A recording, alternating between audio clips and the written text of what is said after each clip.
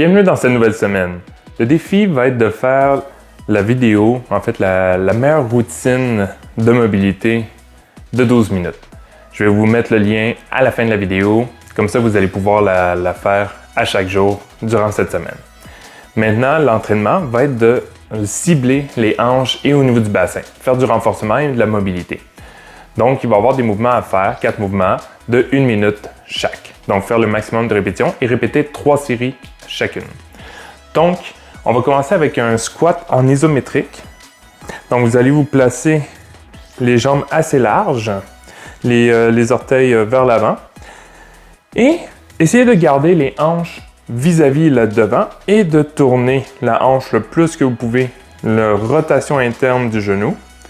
Et vous allez faire la même chose. Donc, vous placez sur les orteils et il ne faut pas tourner le corps. Il faut rester le plus droit possible. Donc, je lève les orteils, je tourne le genou à l'intérieur, je reviens. Je lève le talon, je suis sur les orteils, je tourne les hanches le plus que je peux et je reviens. Donc ça, c'est à faire sur le plancher. Ça va être beaucoup plus facile à faire la rotation au niveau des orteils. Donc, pas besoin d'être très très bas, juste avoir une bonne posture et ça va aussi travailler au niveau des cuisses en même temps.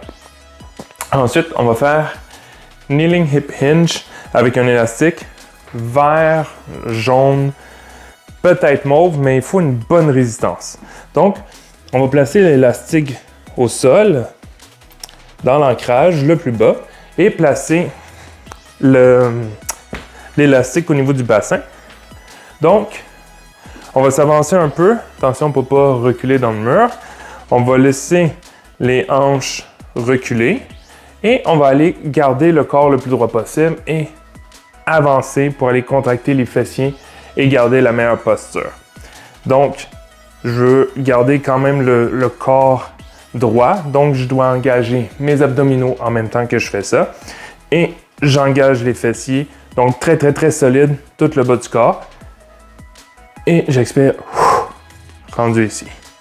Vous allez voir, c'est un mouvement qui a l'air simple, mais qui demande quand même beaucoup de concentration.